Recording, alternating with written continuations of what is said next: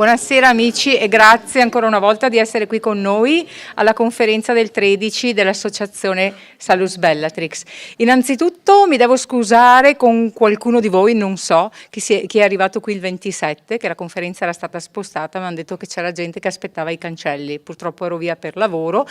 Per ovviare a questo inconveniente, perché noi avevamo messo sia in Facebook che sul sito internet il cambiamento di programma, abbiamo pensato di sviluppare proprio una chat una broadcast con WhatsApp per avvisarvi in tempo reale eventualmente dei cambiamenti. Quindi se qualcuno poi lo può fotografare o si prende questo numero di Regina Salus Bellatrix con questo numero e poi lascia ovviamente anche il vostro numero oppure manda un messaggio, verrete inseriti nella lista e così in tempo reale possiamo avvisarvi sia di incontri estemporanei sia di eventuali cambiamenti. Quindi mi scuso ancora una volta, non ogni tanto, era la prima volta che succedeva dopo quasi 8 anni. Allora questa sera abbiamo con noi Emanuele Bacciarelli, che ho conosciuto personalmente dopo aver letto i suoi libri quest'anno a Rimini. Ogni tanto, lo sapete, giro per fiere, incontri eccetera e riesco a recuperare un relatore a cui tengo particolarmente. Ci parlerà dell'enneagramma biologico, una cosa molto molto bella e molto interessante. Lui ha coniugato, come vi spiegherà, le 5 leggi biologiche di cui divulga, credo ormai da una quindicina d'anni, con l'enneagramma. Quindi non vi prendo altro tempo, lascio la parola a lui. Come sempre, dopo l'esposizione, prima delle domande, cortesemente, 2 annunci sulle prossime conferenze. Grazie e buon ascolto. Buonasera a tutti. Grazie. Sono un po' emozionato, ma lo dico sempre perché chi conosce bene l'enneagramma sa che c'è una personalità dove c'è dietro la paura, no? Io sono uno che si preparo tutto, non so tutto perché sono 15 anni che faccio queste cose qua, ho preparato tutte le slide, poi alla fine va sempre a finire che è sempre diverso.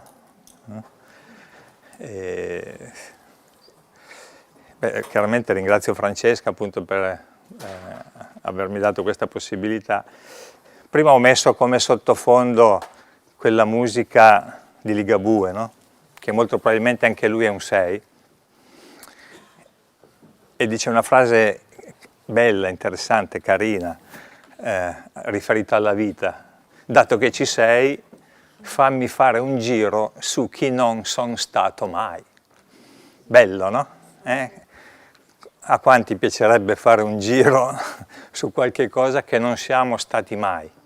Vedremo come l'enneagramma ci dà questa possibilità, perché l'enneagramma in fondo non fa nient'altro che descrivere queste 9 personalità che tutti quanti abbiamo in qualche maniera il diritto, l'opportunità e il dovere di sperimentare.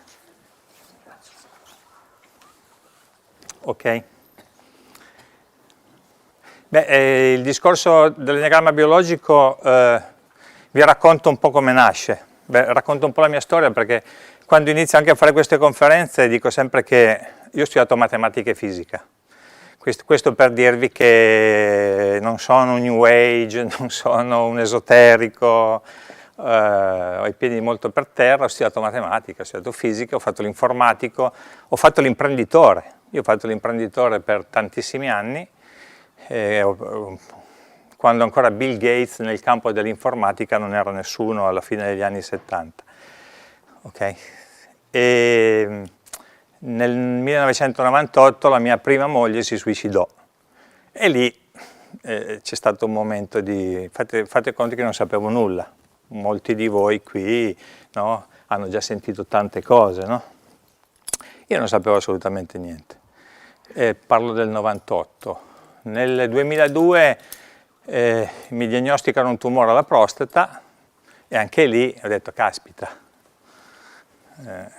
spaventatissimo ovviamente, inizio a fare una dieta, la dieta zona, non so se vi ricordate, se qualcuno la conosce, ero diventato talmente bravo che poi la insegnavo pure io. 7-8 mesi dopo stavo meglio, avevo scelto scelto così, scelto, non era una scelta, non sapevo le cose, quindi ho detto, ecco lì ho capito come la personalità certe volte sceglie, no? Decide. Ho detto no, non faccio niente, faccio qualcos'altro.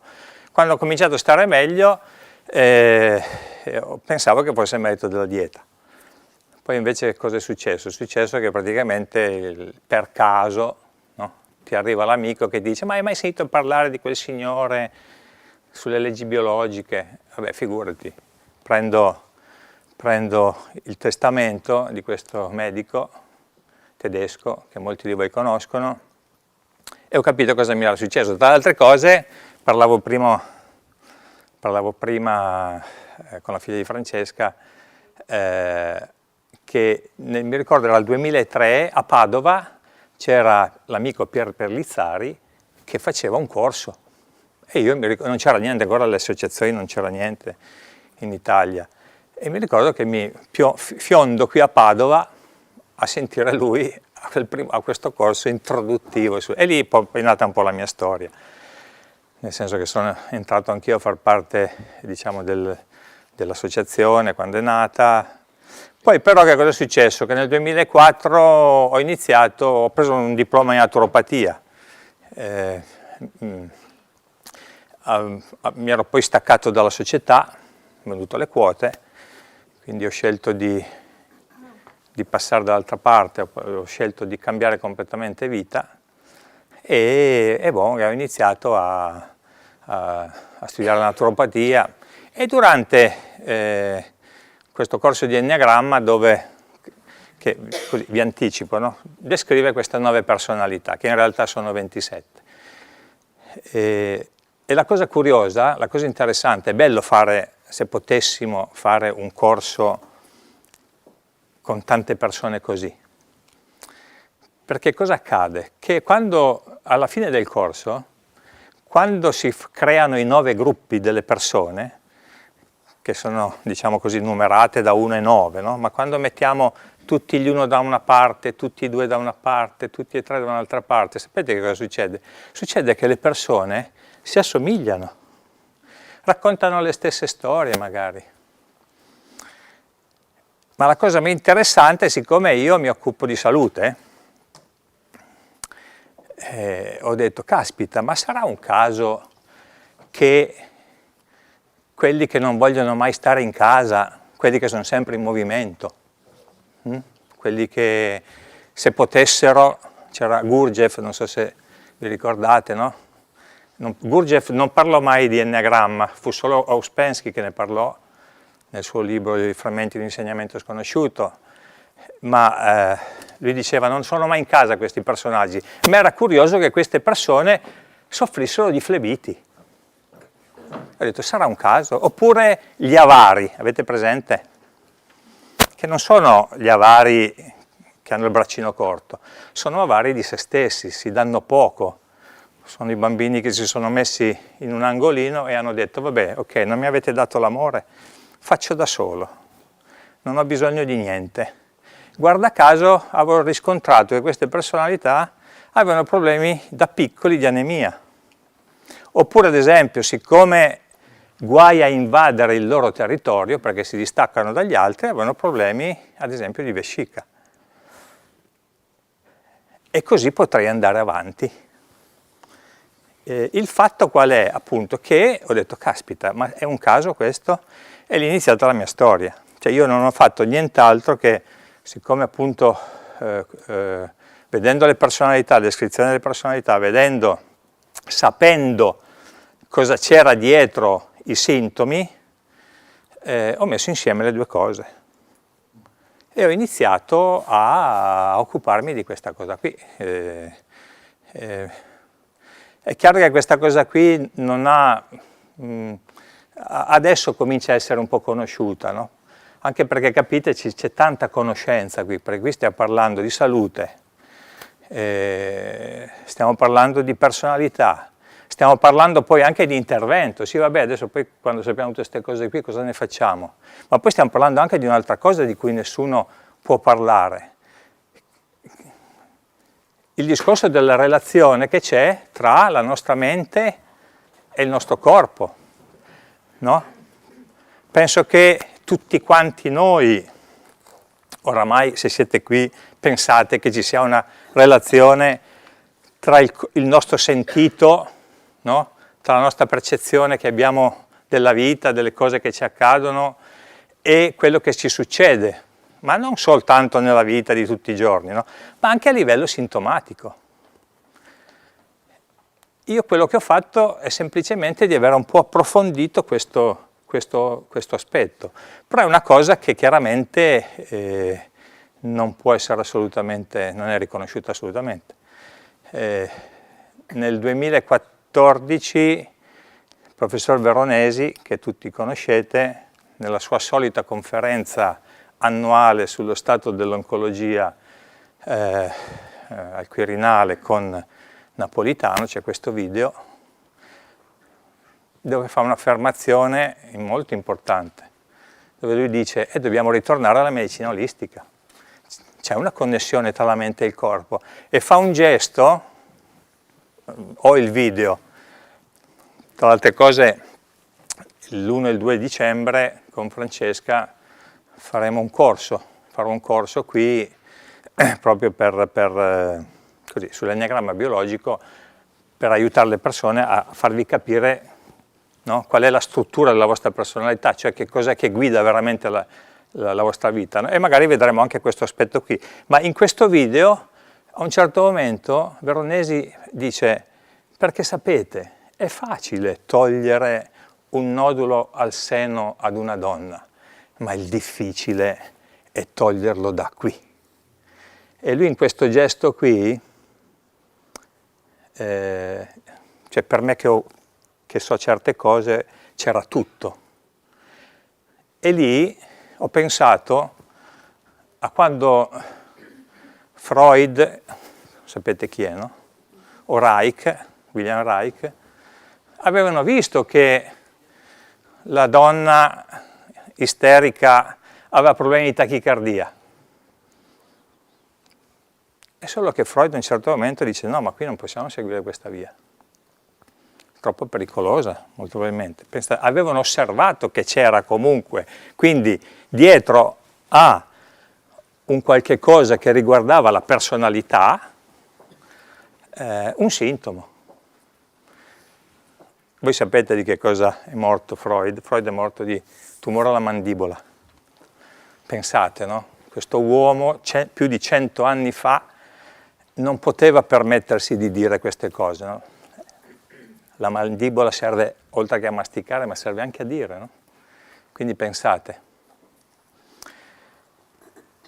Bene, quindi è nata questa cosa, io ho cominciato a studiare, a fare i casi, ho fatto dei corsi, facevo dei consulti con delle persone. Poi nel 2009 vado da Claudio Naranco, che vedete, è uno, diciamo, dei padri dell'enneagramma, sicuramente una delle persone più importanti, e andai da lui nel 2009 per chiedergli se aveva senso quello che stavo studiando, quello che stavo vedendo, anche perché lui è un psichiatra, un medico. A parte che lui, quando lo incontrai lì dove teneva questi seminari, il maestro, no? Ti guarda, ti punta il dito e fa: tu ragazzo devi usare di più nella tua vita. E io sapevo, so qual è la mia personalità, io non sei sociale, sono proprio il dubbio, no? Sono il prussiano, perché a un certo momento mi sono detto, ma non è che sto costruendo un sistema, l'enneagramma biologico, dove voglio ficcare tutti dentro, no? Così ci sentiamo tutti quanti tranquilli e ben protetti al sicuro, no? E lui mi disse, anzi, non solo me lo disse, ma me lo mise per iscritto, di andare avanti e che avrei scoperto delle cose interessanti. Infatti la cosa è stata così, perché la cosa comunque è andata avanti, e tanto che poi, quando è uscito il mio primo libro nel 2012, sull'enneagramma biologico, poi glielo portai e da lì poi, diciamo che è iniziata un po' la mia storia, anche perché nel frattempo altre persone altre persone comunque hanno iniziato a studiare queste cose, sono partite da me e stanno scoprendo un sacco di cose nuove. Ci sono persone in Italia, osteopati soprattutto, che hanno ripreso un po' i miei lavori e hanno scritto dei libri, ad esempio, sulle posture delle tipologie.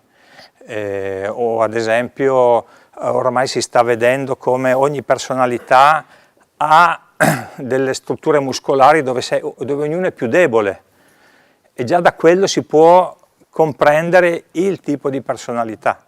Ecco, no? L'enneagramma biologico sostanzialmente è iniziato nel 2005 come studio e l'obiettivo fondamentale è quello di riconoscerci.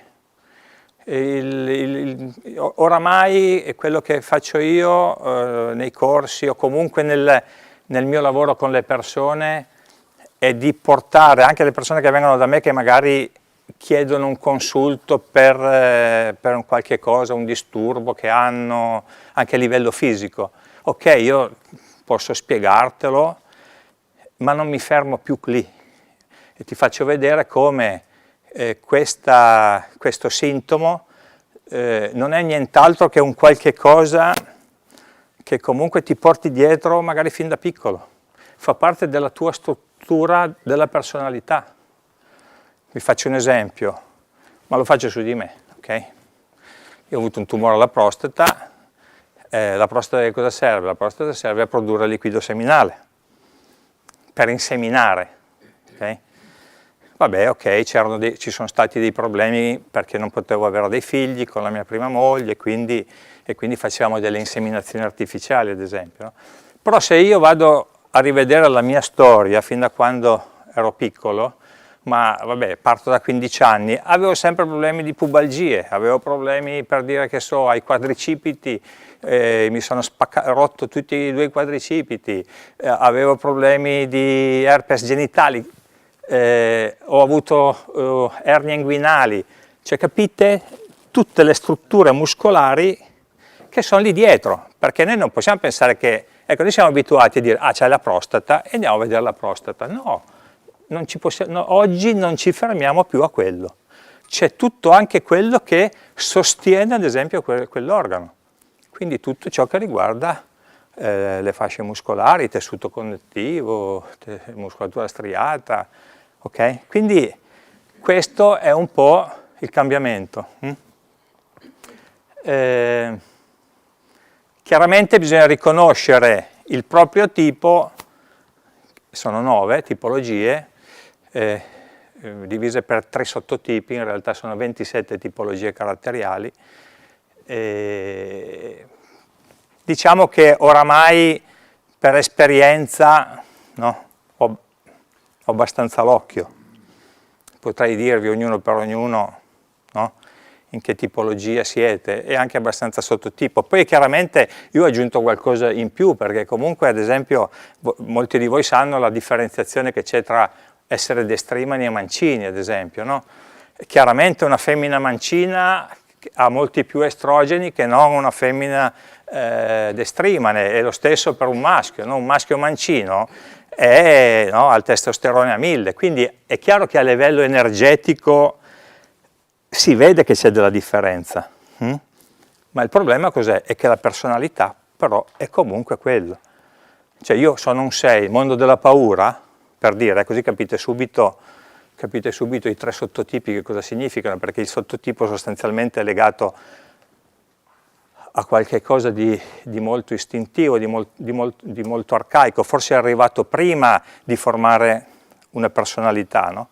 Ma se il 6 conservativo, quello che è stato chiamato il fobico, quello che ha paura di tutto, ha un senso, perché voi immaginate, non sappiamo quando, ma a un certo momento su questa terra, no, nel momento in cui si è formato un branco, ci voleva qualcuno, no, che fiutasse tutti i pericoli, e questo era il più bravo di tutti.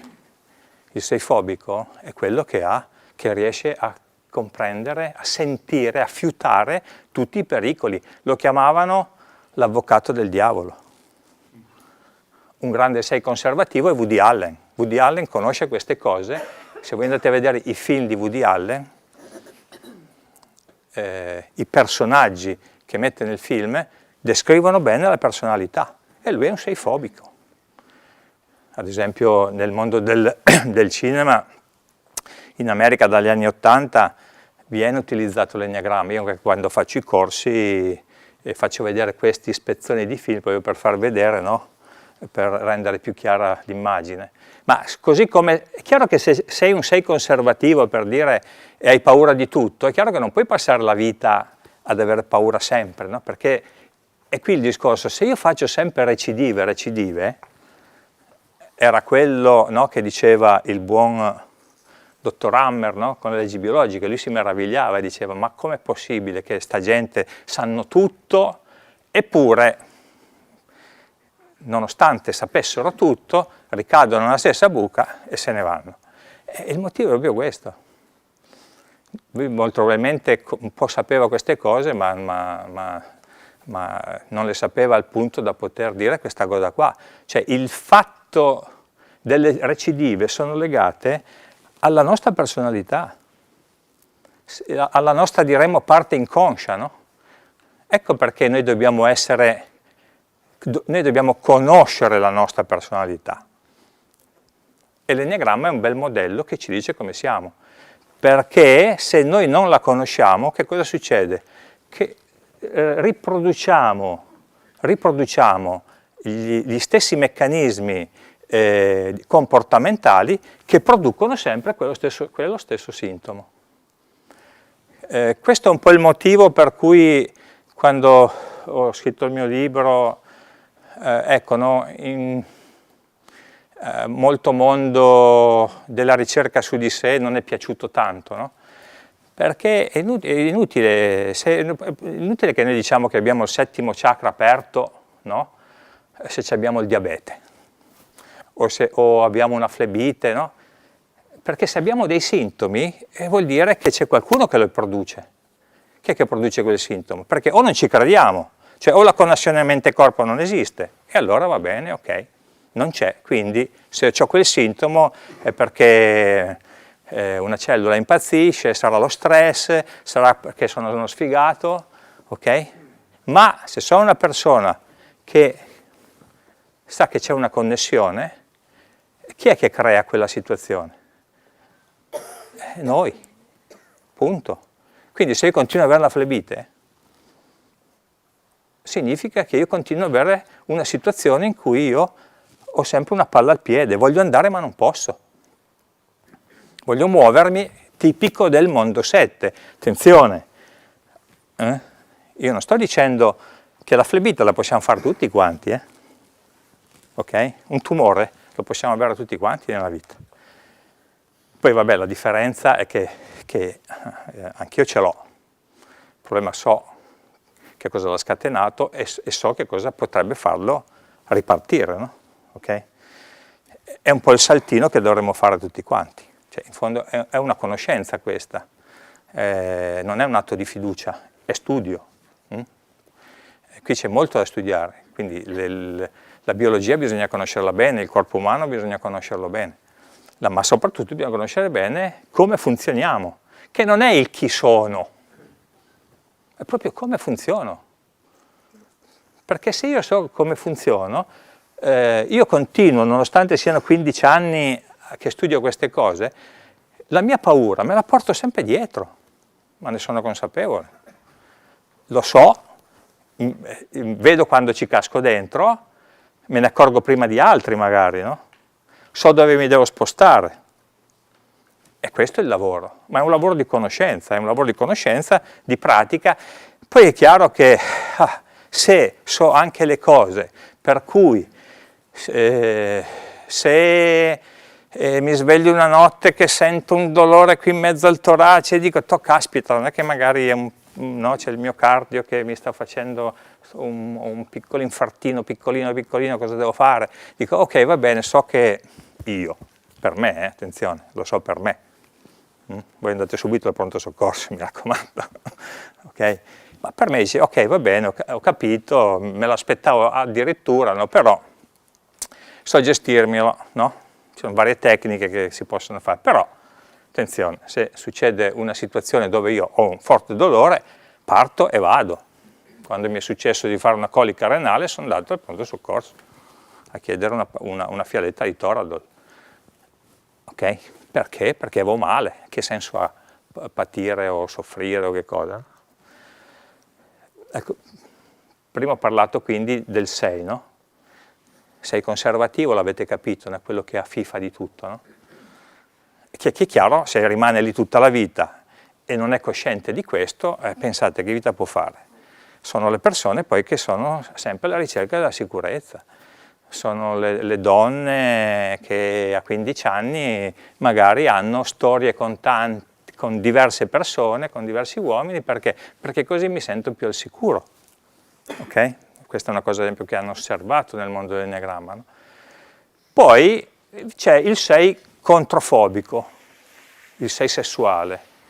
Il 6 sessuale nel senso di è privilegiata la relazione a due. D'altronde, se ci pensate, prima ci siamo noi, bocconi di sopravvivenza. Una volta che abbiamo esaurito tutto ciò che riguarda il boccone di sopravvivenza, l'abbiamo preso, l'abbiamo portato dentro, l'abbiamo difeso, finalmente posso cominciare a muovermi e entro in relazione con qualcun altro, no? È la relazione io e tu, no? L'hanno chiamato il sessuale, ma in realtà è qualcosa che fa parte della biologia, fa parte della natura. L'hanno chiamato il 6 controfobico, è il guerriero, è il Leonida alle Termopili, avete presente? Cioè era in netta inferiorità contro l'esercito di Serse, ma lui era lì, indomito, è morto, ok? Ma il 6 controfobico è proprio il guerriero, quello che aggredisce, non so se avete presente, quelli che hanno un po' gli occhi fuori dalle orbite. Perché? Perché chiaramente sono sempre lì che vedono i pericoli. Queste persone, tra l'altro, quando vengono a fare i corsi e gli dici, ma loro sono dei 6 controfobici, paura, ti guardano come dici, io ho la paura, ma tu sei fuori, noi non abbiamo paura. In realtà poi vengono la volta dopo e ti dicono, sì, avevi ragione, perché sono sempre mossi dalla paura, quindi quella che è chiamata la passione è sempre la paura, però il loro comportamento è quello di aggredire, d'altronde servivano quelli come loro che aggredivano le situazioni di pericolo, no? È il topolino che si è messo contro le spalle al muro, che cosa fa? Attacca.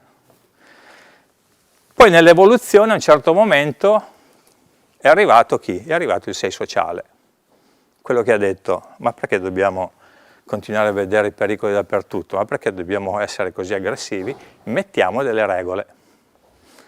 Mettiamo delle regole, le rispettiamo e le facciamo rispettare. Questo è il 6 sociale, le 3 dinamiche.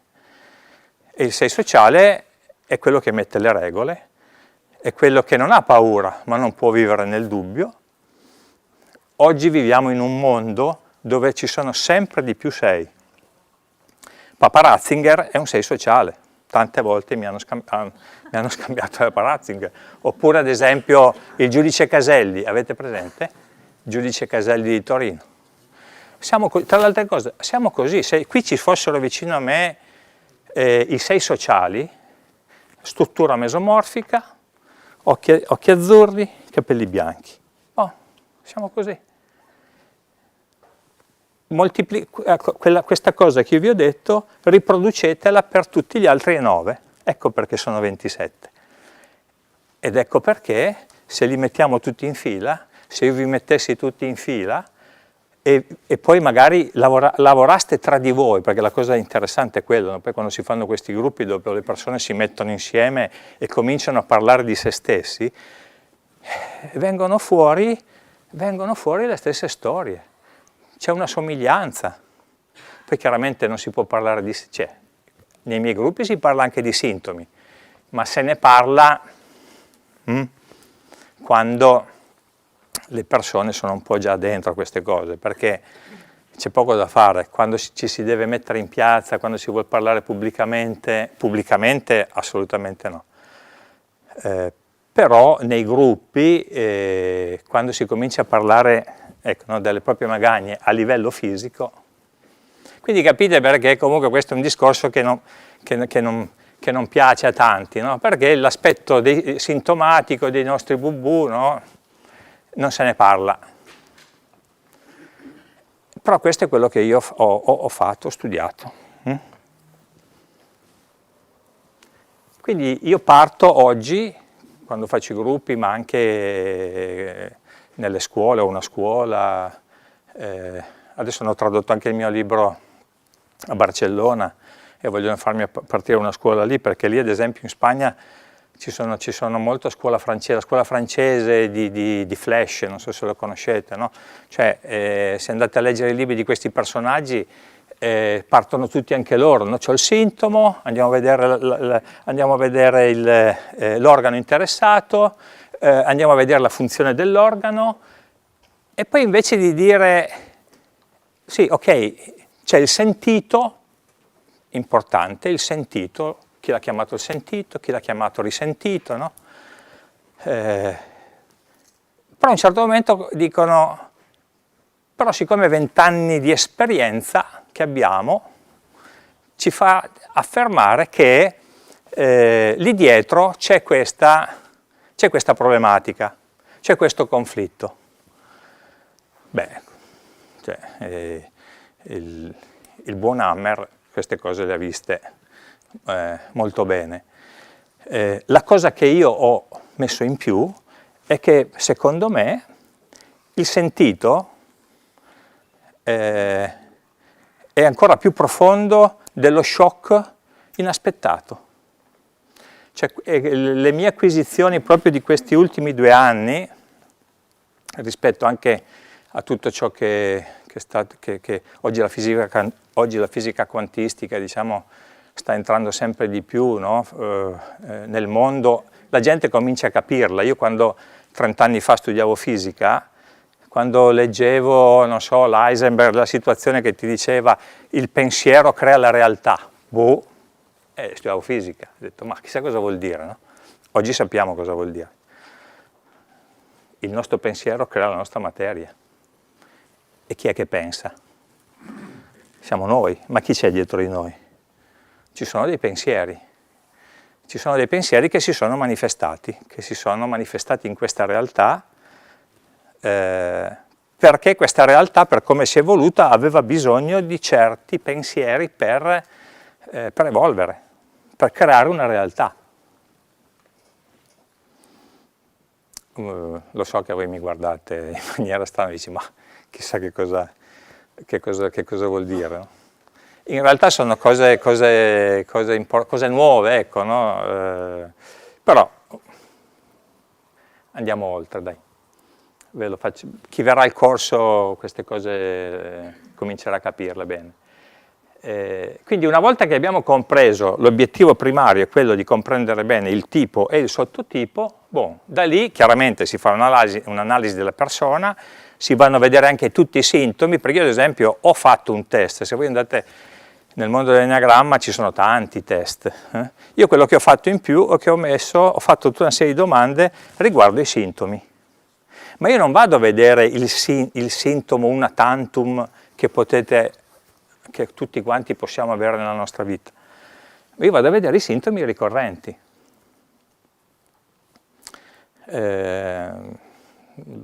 Una persona che viene da me, che sta facendo un corso, poi gli ho chiesto in un colloquio privato come va, ah tutto bene, non c'è niente, sì sto benissimo, no ma proprio non ti è capitato niente, ah sì, un po' di anni fa ho avuto una leucemia,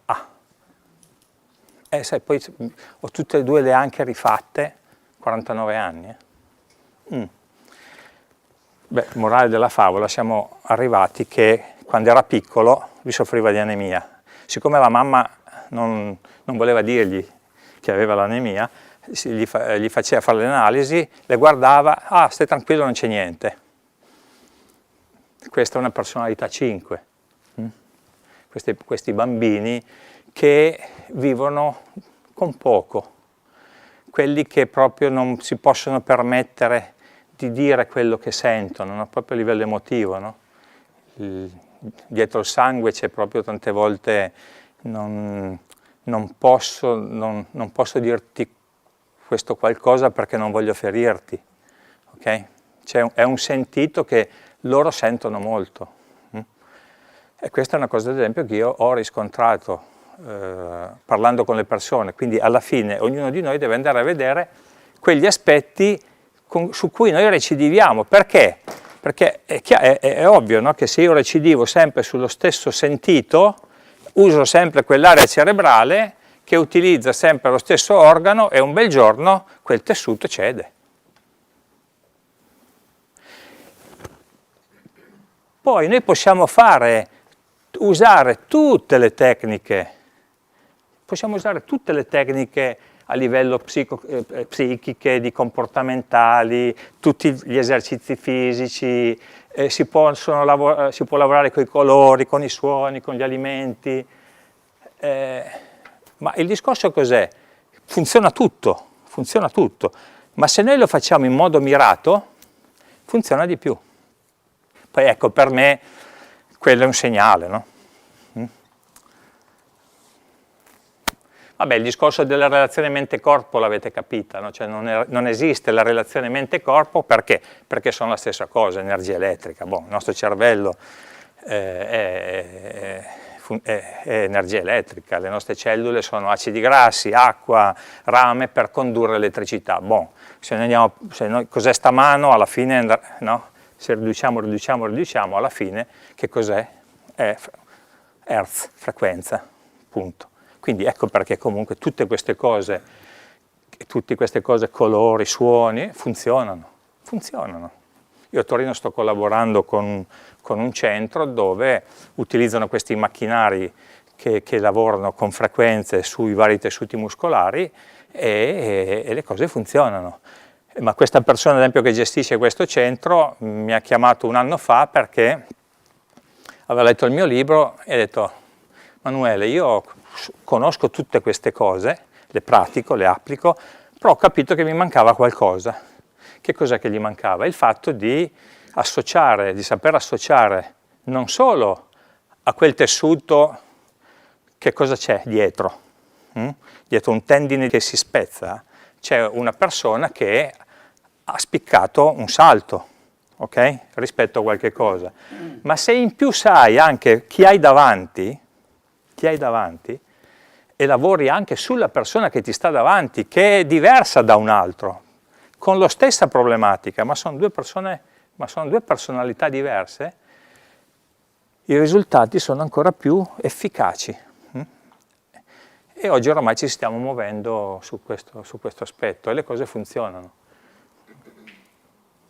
Diciamo che l'intuizione fondamentale è proprio che questo sentito, questa personalità, è quella che è dietro quella che noi chiamiamo la cosiddetta malattia.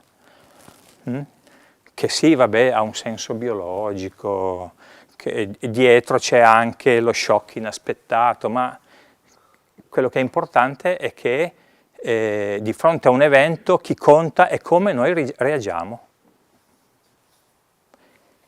E reagisce chi in maniera automatica? La nostra personalità. E se noi non vediamo questo, non conosciamo questa cosa, il rischio è quello che vi dicevo, è quello di continuare a ripetere i soliti meccanismi comportamentali, a far accadere sempre le stesse cose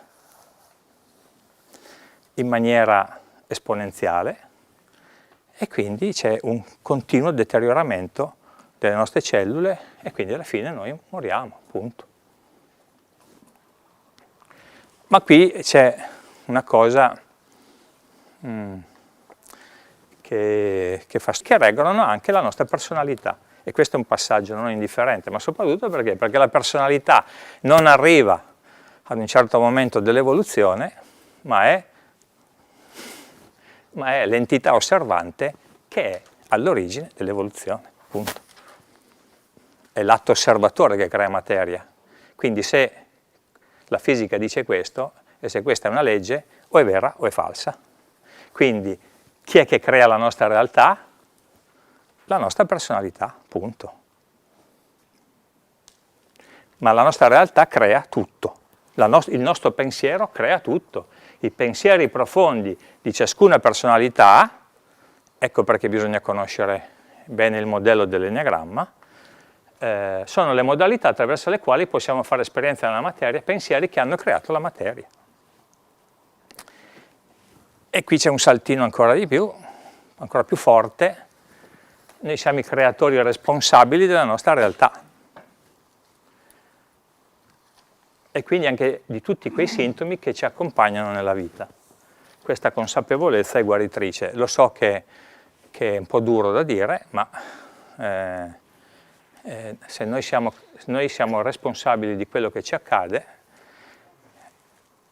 e quindi siamo responsabili di tutto. E vi assicuro che, lasciamo perdere il discorso malattie, no? Ma se veramente ognuno di noi la smettesse di lamentarsi e di fronte a qualsiasi cosa che ci accade dicessimo: come mai ho creato questa cosa? Perché non è il messaggio, noi diciamo il messaggio, ci arrivano i messaggi, ma che messaggi? Il nostro cervello crea tutto, c'è già tutto. E adesso vi faccio vedere un pezzettino di un film, così è diverso. E quindi qui cominciamo a comporre un po' il puzzle, no? Perché, vi faccio l'esempio, lo riporto su di me, se da un paio d'anni il mio obiettivo è quello di portare questo lavoro, il discorso dell'enneagramma biologico, nel mondo, questo è il mio focus, questo è quello che io voglio fare. E guarda caso, come faccio ad accorgermi se le cose che mi accadono durante il giorno, durante la vita, sono in sintonia con quelle? Se le cose vanno avanti, ma vi faccio un esempio, guarda caso, conosco una persona, la moglie, lui è un editore colombiano. Perché? Perché io voglio andare in Colombia, così come voglio andare in Argentina.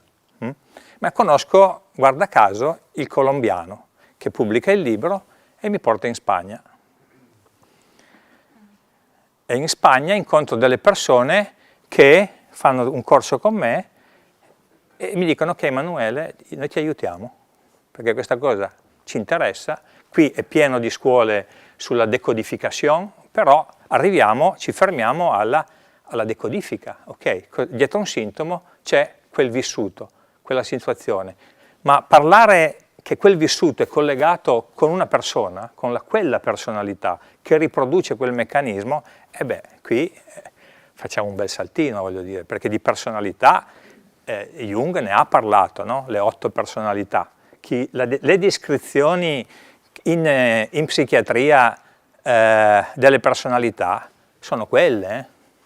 Vedremo come l'iroso, le cose o si fanno bene o non si fanno, il perfezionista, il rigido, è l'ossessivo compulsivo, punto.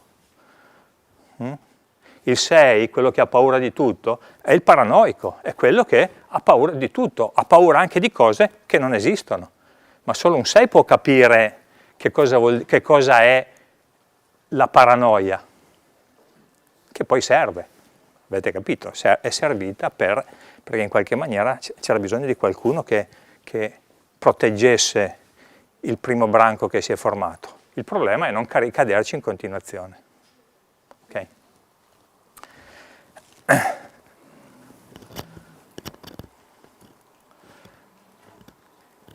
Quindi vi dicevo, ho conosciuto questo personaggio, vado là, avevamo bisogno di un distributore. Comunque per distribuire i libri in Spagna comunque ci vuole, non so, tipo la Macro in Italia. Il mio libro in Italia è distribuito dalla Macro. Boh.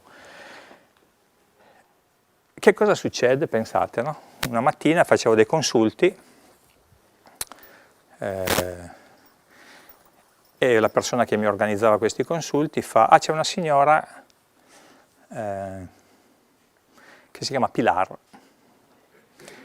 che vuole venire da te, però sai non ti conosce, qui non ti conosce nessuno, Giuseppe non mi conosce nessuno, poi non so parlare la lingua, quindi ho bisogno sempre di qualcuno che mi traduce.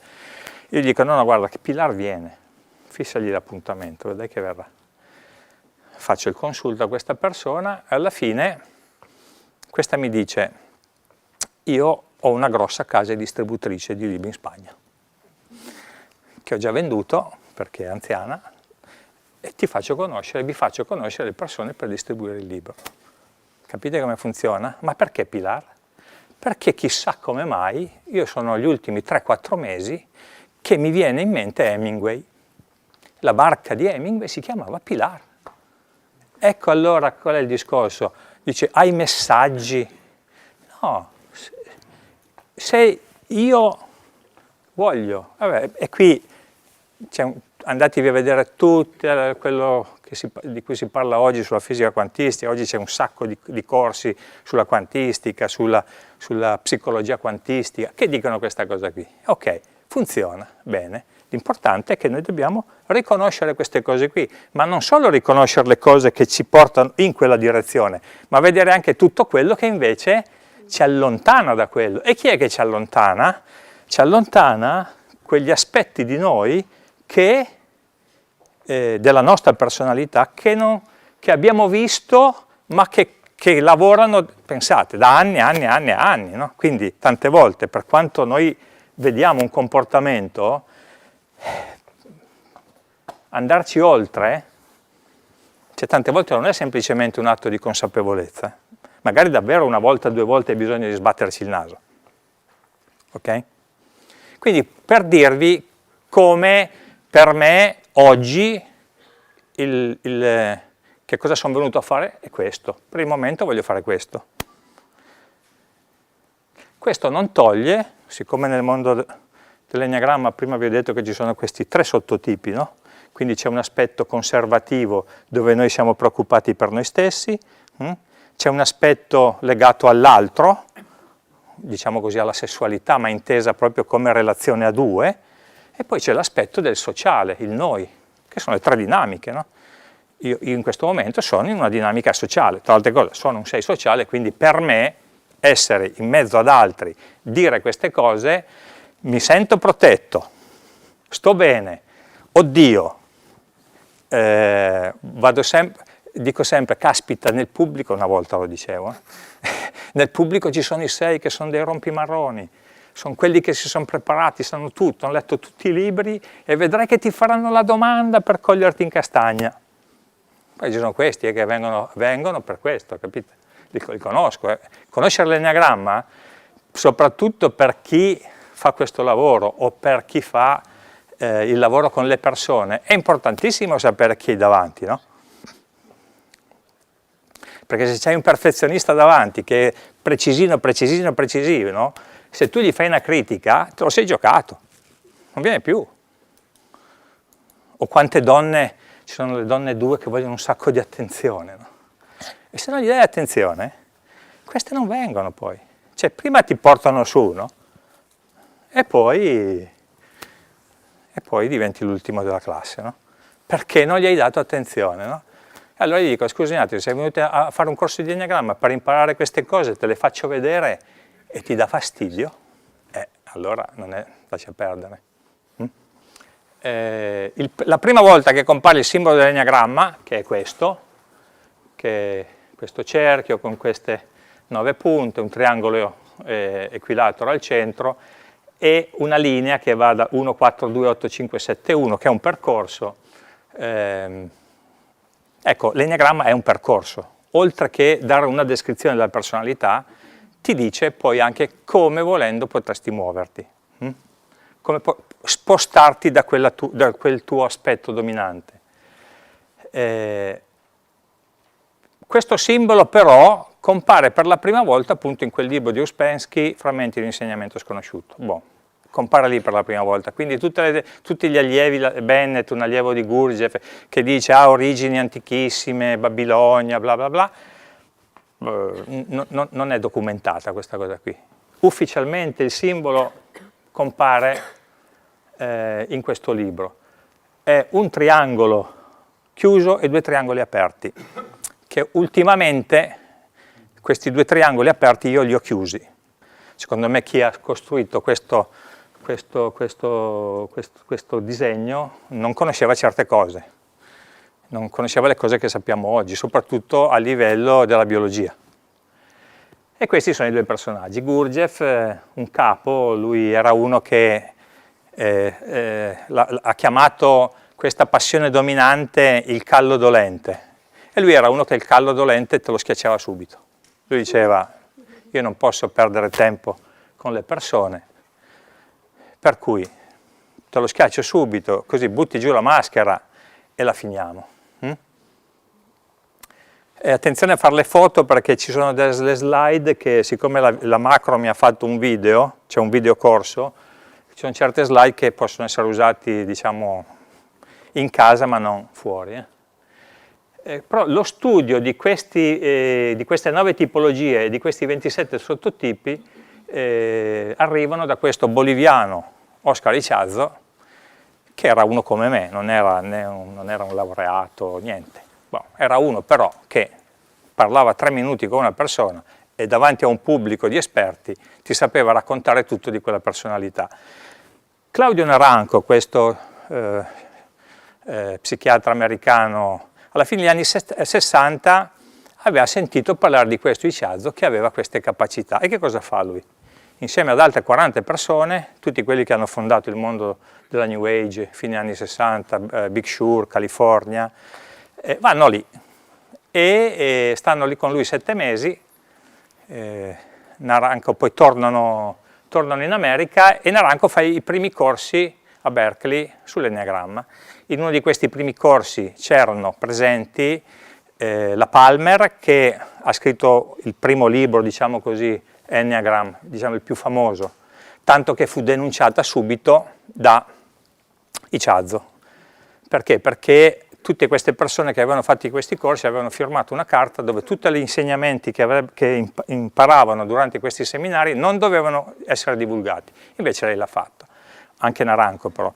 E Ichazo li ha denunciati. Tra l'altro di Ichazo, Oscar Ichazo, che adesso vive a Miami, ha 85 anni, non ha mai scritto niente, non ha mai pubblicato un libro. Ci sono delle sue pubblicazioni così su internet, ma lui non ha mai pubblicato niente direttamente.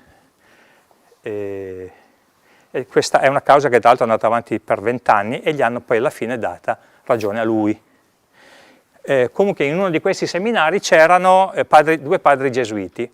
Quando i padri gesuiti hanno sentito parlare di queste passioni, no? Hanno detto: ma questa è roba nostra, questi sono i vizi capitali. Boh. E lì sono iniziati i gesuiti a divulgare, se comunque noi oggi, diciamo, l'enneagramma è sempre più divulgato nel mondo, è anche grazie a loro. Papa Francesco è uno che conosce molto bene l'enneagramma.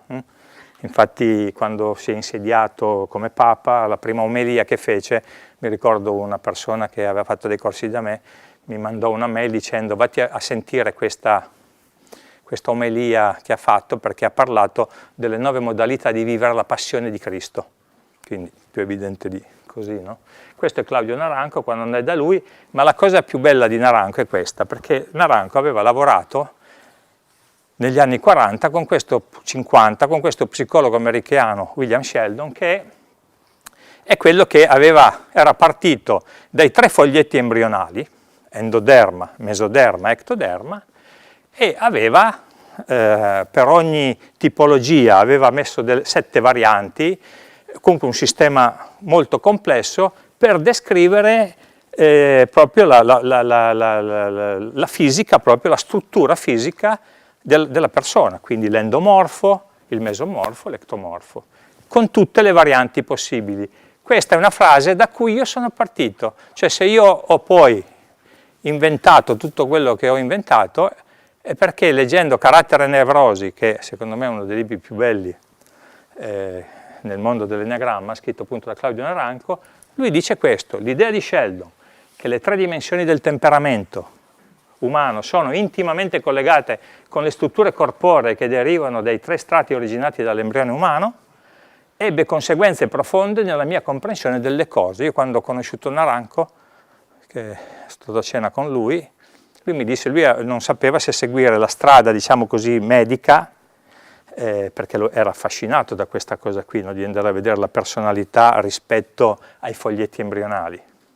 L'origine embrionale, capite cosa vi sto dicendo? L'origine embrionale dei comportamenti, delle personalità. È quello che aveva visto 100 anni prima uno come Freud.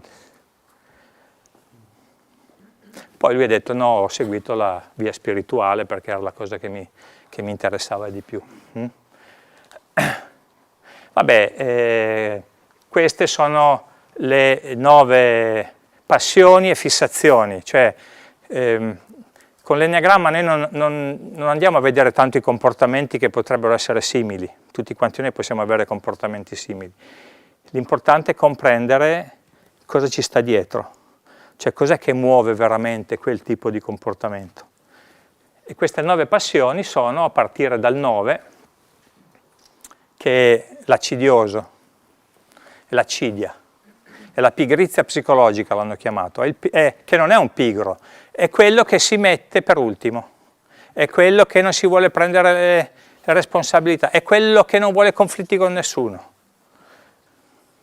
Ma nel corso che faremo vi parlerò invece dell'origine biologica di questo tipo.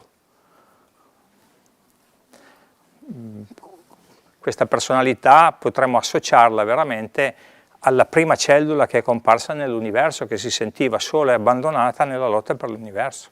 Voi immaginatevi che cosa fa una cellula, la prima cellula che è comparsa 4 miliardi di anni fa, che a un certo momento si è sentita sola e ha detto, beh, adesso io devo trovare qualcuno. Aveva solo un modo per farlo, gonfiare.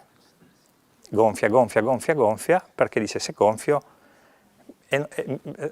se sbatto con qualcuno, e se sbatto con qualcuno non gli deve dire scostati, è perché cacchio l'ho trovato. Ecco perché il 9 conservativo nei gruppi con così tante persone sono quelli che sono grossi, sono gonfi, trattengono i liquidi. Ecco perché il dottor Hammer, se andate a prendere la tabella dei sintomi, il primo relè, no? Tubuli collettori renali, il profugo è il conflitto più importante, no? Trattenimento dei liquidi, se uno ha tanti liquidi qualsiasi sintomo si decuplica se io nel corpo ho tanta acqua, ok? E guarda caso il primo relè. Perché? Perché non poteva che essere così. Lui l'ha visto, boh. Ma non poteva essere che così perché questa è la regola, questa è la legge dell'universo, boh. Dal Big Bang stessa cosa. Mentre vi parlo a me vengono in mente tante di quelle cose che vorrei dirvi, però mi rendo conto che non posso. Ecco, no, facciamo solo qualche esempio. Dietro il pigro, appunto, io ho trovato, siccome è quello che non vuole i conflitti, nelle 3 varianti, vi faccio l'esempio, il conservativo è gonfio,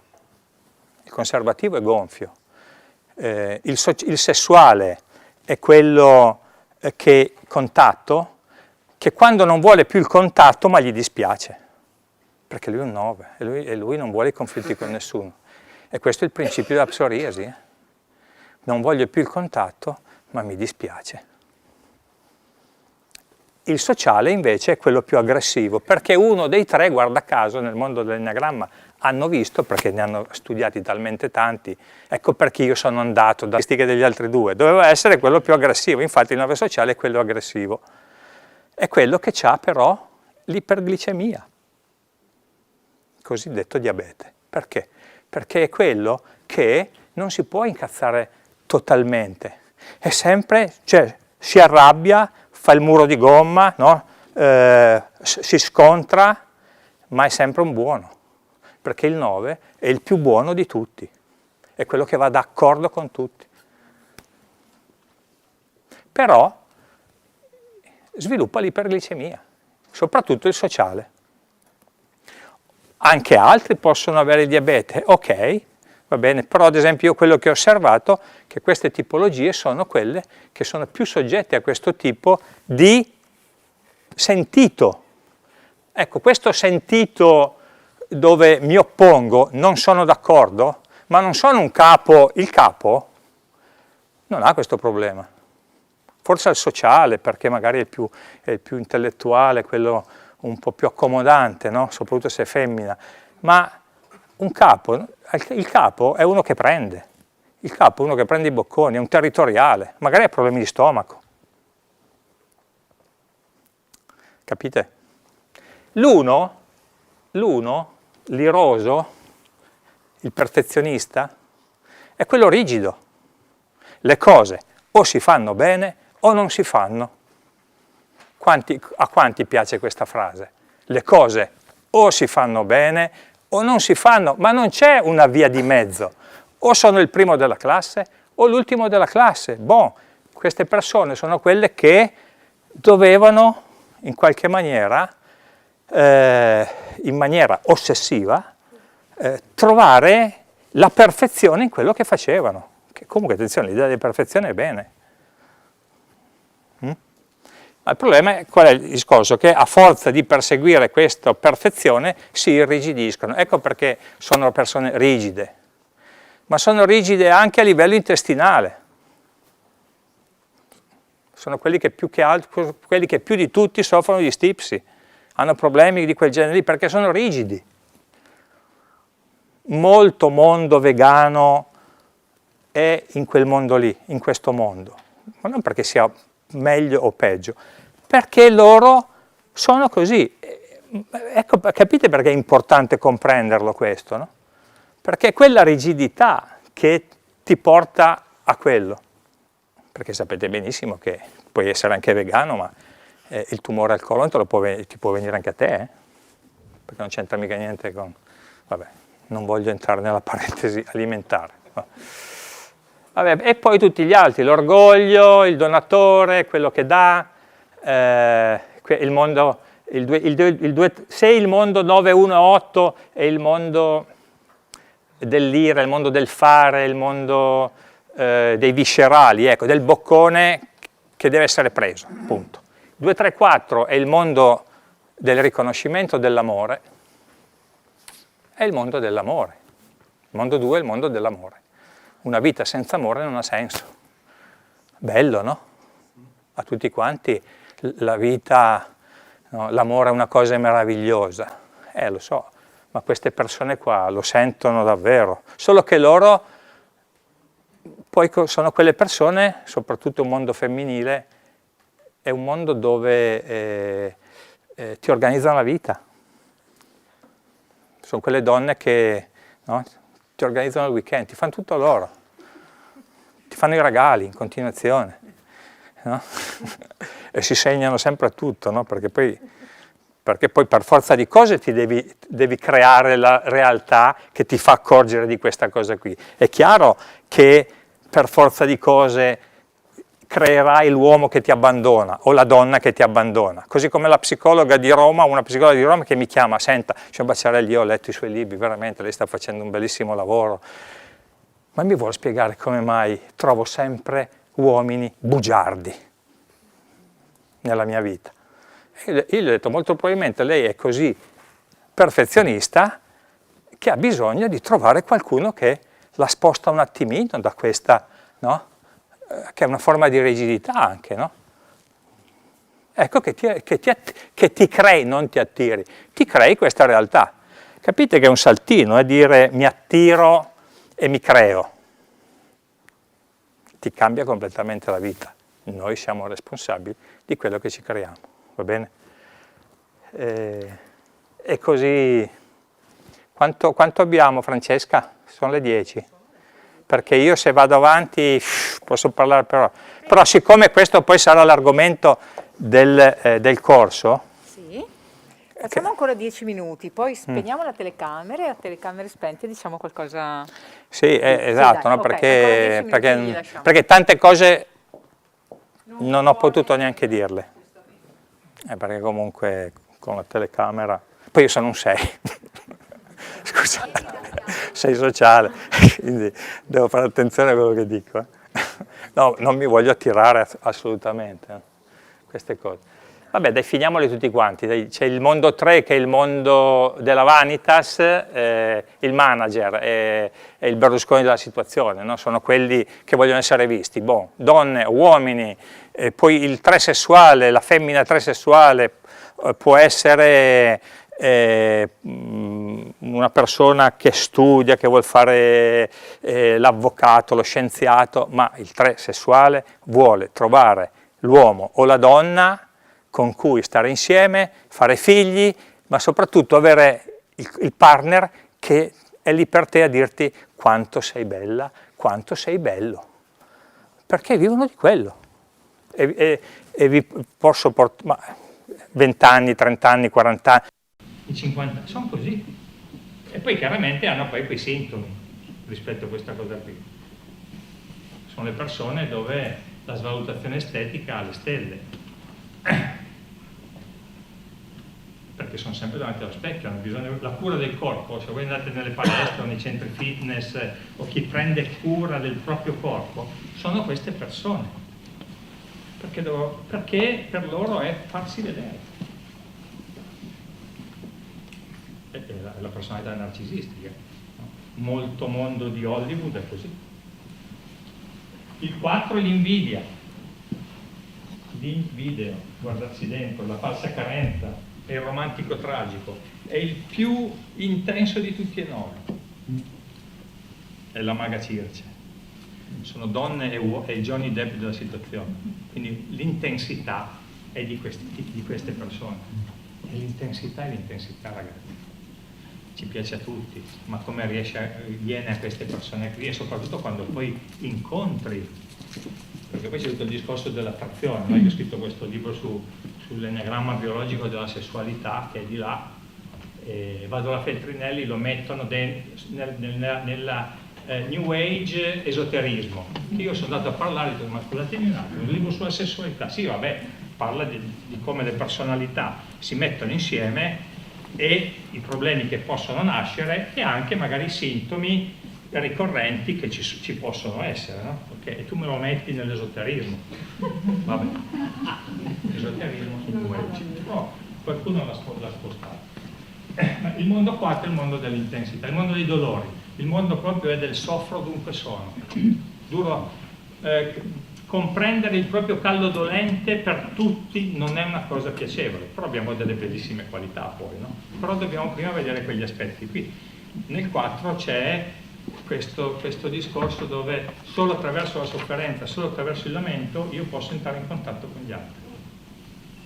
Capite che questo è disastroso, soprattutto per chi ti sta vicino, perché non è semplice stare vicino a persone così. Sono quelle persone dove c'è sempre questo meccanismo, ti prendo, ti lascio, ti prendo, ti lascio. E infatti è per questo che solo il 9 riesce a stare sempre lì. Perché anche quando lei parte, se ne va, poi avrei avuto da pagare, 3 figli da mantenere, ma l'amore non è al 100%, prende e se ne va. Boh, arriva alla fermata del pullman e gli scatta l'altro meccanismo tipico di queste persone, che si chiama preferisco gli assenti. Quando sei vicino ti voglio lontano, quando ti sono lontano ti voglio vicino. Ma non so se torna a casa e trova lì il 9 che l'aspetta e gli dice ma io sono sempre qui, cara.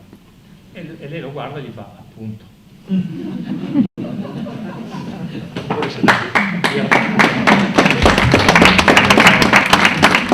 La barzellettina del qua, perché c'è la barzelletta di ogni tipo, c'è il film, ci sono diversi film per ogni tipo, ci sono le canzoni di ogni tipo.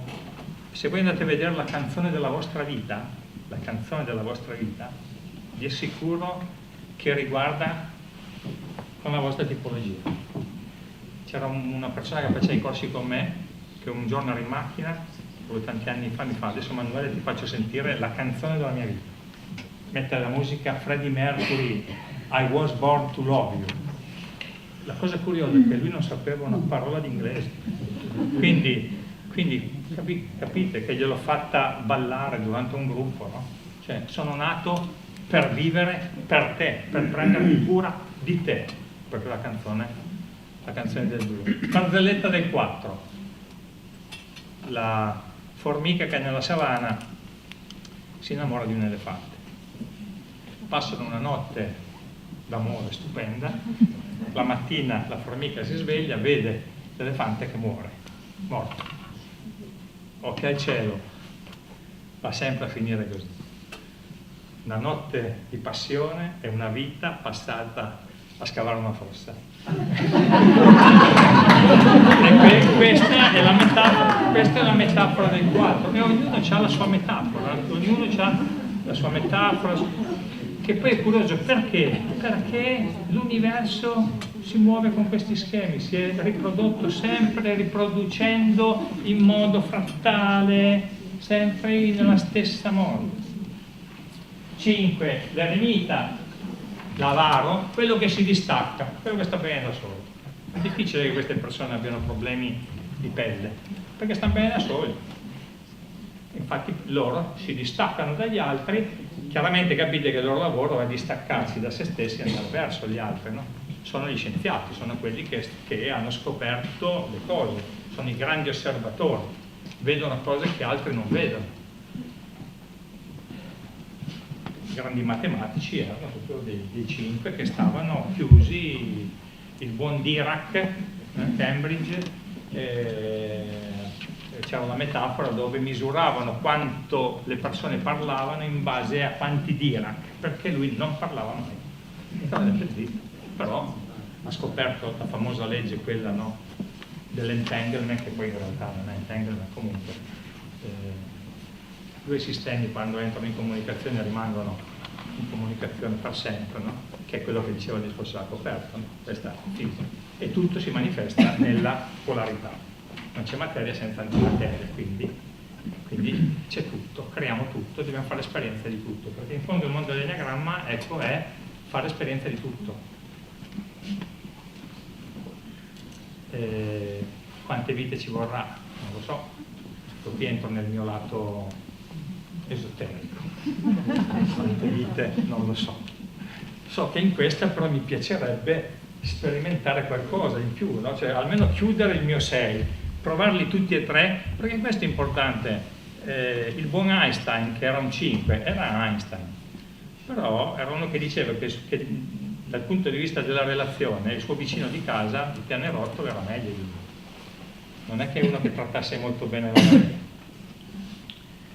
però era Einstein. Però oltre, ecco, no, ad essere la funzione che, no, per cui poi siamo riconosciuti, siamo esseri umani e dobbiamo in qualche maniera sperimentare, non uso il termine di equilibrare, no, ma sperimentarci nella mia modalità conservativa, nella mia modalità sessuale, nella mia modalità sociale, perché tante volte ne abbiamo una dove siamo tanto bravi, le altre due magari siamo carenti.